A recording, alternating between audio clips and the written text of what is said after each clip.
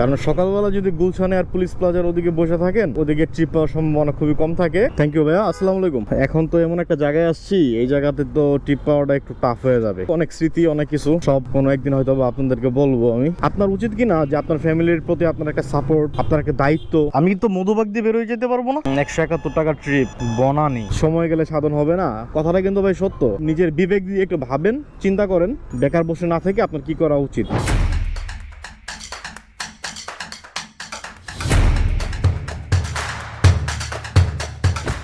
আসসালামু আলাইকুম এভরিওয়ান, কি অবস্থা সবার, কেমন আছেন? আশা করছি সবাই ভালো আছেন, সুস্থ আছেন। আলহামদুলিল্লাহ আমিও ভালো আছি, সুস্থ আছি। আজকে হচ্ছে সেপ্টেম্বরের 10 তারিখ 2024 মঙ্গলবার।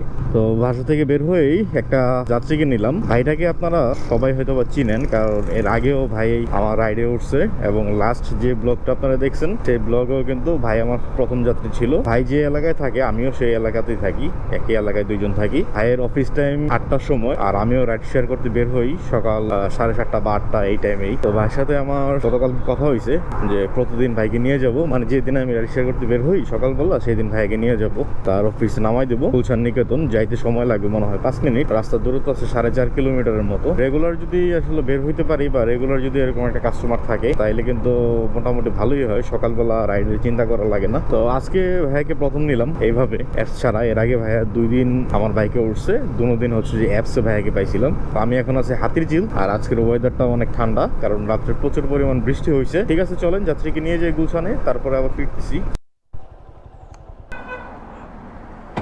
ঠিক আছে ভাইয়া, থ্যাংক ইউ। ঠিক আছে, আসসালামু আলাইকুম। আলহামদুলিল্লাহ প্রথম ট্রিপে যাত্রীকে নামাই দিলাম। যদি এভাবে প্রতিদিন বের হইতে পারি আর প্রতিদিন ভাইয়াকে নিয়ে আসতে পারি আর রেগুলার যদি রাইড শেয়ার করতে পারি তাহলে কিন্তু ভাই মোটামুটি আর্নিং ভালোই। বিষয় হইতেছে যে প্রতিদিন তো ভাই বের হইতে পারি না, সমস্যা হচ্ছে এইটা। তো গতকালকে বের হয়েছি 9 তারিখের ভিডিওটা আপনারা অবশ্যই দেখছেন, আর আজকে হচ্ছে 10 তারিখ। আজকের ভিডিওটা আপনারা দেখবেন সম্ভবত 11 বা 12 তারিখে। প্রতিদিনের মতো আজকেও প্রথম যাত্রীকে নামায় আমি চলে যাচ্ছি সাউথ বাড্ডা রোডে, কারণ এইদিকে দাঁড়াবো না। কারণ সকালবেলা যদি গুলশানে আর পুলিশ প্লাজার ওদিকে বসে থাকেন, ওদিকে ট্রিপ পাওয়ার সম্ভাবনা খুবই কম থাকে। বাট যেই সাইডে হচ্ছে যে মানুষ বসবাস করে, কারণ এখন যেহেতু সকালবেলা মানুষ বাসা থেকে ঘুম থেকে উঠেই তো অফিসের দিকে মুভ করে, তাই না? তো সেই জন্য আপনি সবসময় চেষ্টা করবেন যে অফিসিয়াল এরিয়াতে সকালবেলা না থাকার জন্য। তো হয়তো চলে আসছি আমি আমার লোকেশনে, এখন দেখি এখান থেকে একটা যাত্রী নিতে পারি কিনা। যাত্রী নিয়ে তারপর আবার ব্যাক করতেছি আমি, বুঝছেন? আলহামদুলিল্লাহ দাঁড়াইতে না দাঁড়াইতে কিন্তু আরেকটা ট্রিপ পেয়ে গেছি। যাচ্ছে এখন হচ্ছে মহাখালী কলেরা হাসপাতালের ওইখানে। তার সাথে আমার ভাড়া কন্টাক্ট হয়েছে 130 টাকা। তো ঘড়িতে সময় এখন কিন্তু বাজে ভাই 8:11 হচ্ছে দ্বিতীয় নাম্বার যাত্রীকে আমি পিক করছি। রাস্তাঘাট কিন্তু মোটামুটি ফাঁকাই আছে। তো ঠিক আছে, চলেন যাত্রীকে নিয়ে যাওয়া যাক তার ডেস্টিনেশনে।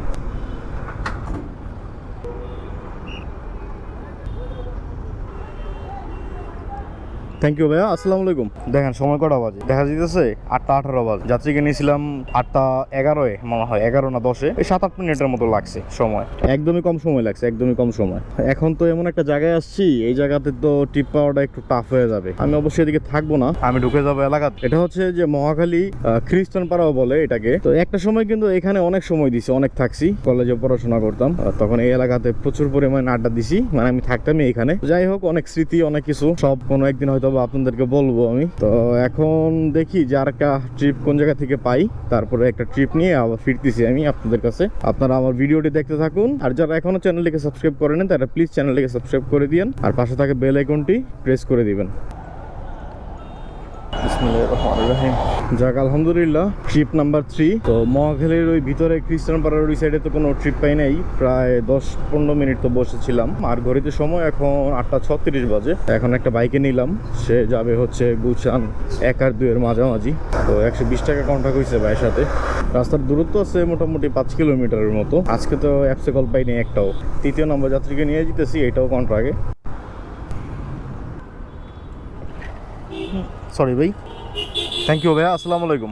যাক আলহামদুলিল্লাহ 120 টাকা ভাড়া দিল। ঘড়িতে সময় এখন 8:46, 1 ঘন্টাও হয় নাই এখনো বাসা থেকে যে বের হয়েছি। আগে হিসাব দিয়েছিলাম 250 টাকা ইনকাম করছি, আর এখন ইনকাম করলাম 120 টাকা, তাইলে 370 টাকা। তো এখন ইউটার্ন নিব, ইউটার্ন নিয়ে তারপরে আবার সেই লেক রোডের ওই সাইডে চলে যাব। তো আপনাদের কাছে কিছু কথা বলি, আপনারা কেউ মাইন্ড করেন না। কথাগুলো তাদেরকে বলতেছি যারা এখনো বেকার আছেন, যারা এখনো বাবার টাকার উপরে নির্ভরশীল, যারা এখনো বাবা আমার ঘাড়ের উপরে বৈশা খাইতেছে, খাইতেছেন, তো তাদের কি কথাগুলো বলতেছি।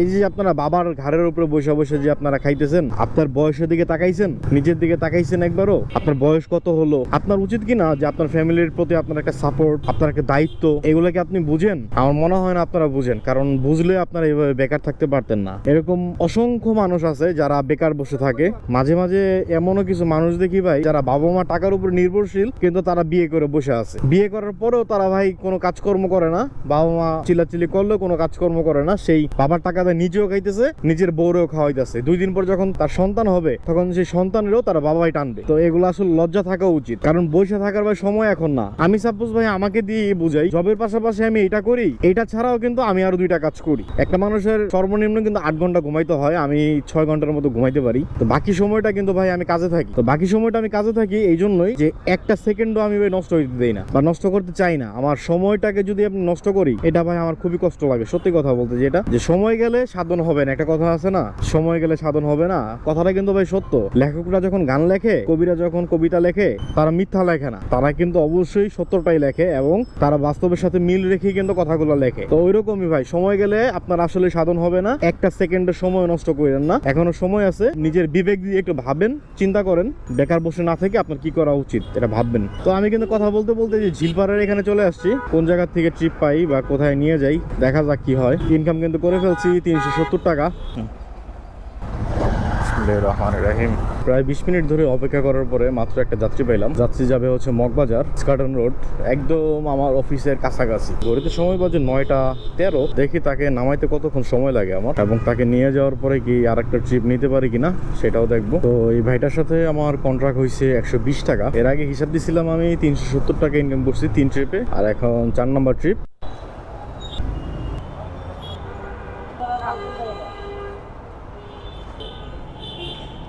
থ্যাংক ইউ ভাইয়া, আসসালামু আলাইকুম। যাক আলহামদুলিল্লাহ, যাত্রীকে তো নামাই দিলাম। যাত্রী আমাকে 130 টাকা ভাড়া দিছে, একদম বরাবর কিন্তু ভাই 500 টাকা ইনকাম করে ফেলছি আজকে। তো 2 ঘন্টা কিন্তু এখনো হয় নাই, আর একটা ট্রিপ পাইছি অ্যাপসে।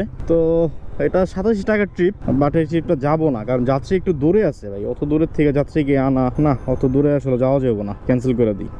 171 টাকার ট্রিপ বনানি। আরে বাবা, উনিও তো অনেক দূরে আছে। অবশ্যই এটা 171 টাকার ট্রিপ, কিন্তু আসে তো অনেক দূরে। বাজে কটা? 9:30 বাজে। আধা ঘন্টায় কি ওনারা নামাই দিয়ে আসতে পারবো? তো মগবাজার মোড়ে তো ওই যাত্রীকে নামাই দেওয়ার পরে অনেক ট্রিপ ঢুকছে পাঠাতে, তবে ট্রিপগুলোতে আসলে আমি যাইতে পারবো না, কারণ আমার তো এখন সময় কম হাতে। 9:30 অলরেডি বেজে গেছে। তো ভাবছিলাম যে ছোট একটা ট্রিপ দিব, দিয়ে তারপর অফিসে চলে যাব। এটা ভাবতে ভাবতেই একটা পাঠাতে কল আসে। যাত্রী আছে এই যে র্যাব অফিসের এখানে, সে যাবে আহসানুল্লাহ ইউনিভার্সিটি। তো ভাবলাম যে তাহলে এই ছোট ট্রিপটা দিয়ে দিই, হাতছাড়া করে লাভ নেই, কাছাকাছি যেহেতু আছে।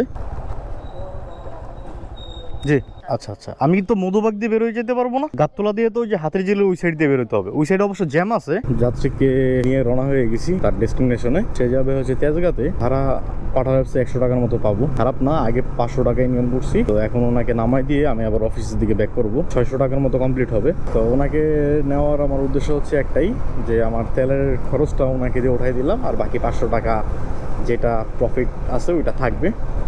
মানে 500 টাকাটা একবারে রাখলাম, আর খুচরা 100 টাকা যেটা খরচ হবে আজকে, মানে অলরেডি হয়েছে তেলের খরচ, সেটা বাদ দিয়ে দিব। যাক, ভালোই হয়েছে। ছোট ছোট ট্রিপই ভালো, বড় ট্রিপে ঝামেলা। আর রাস্তাঘাটে অলরেডি জ্যাম শুরু হয়ে গেছে। 0182। থ্যাংক ইউ আপু।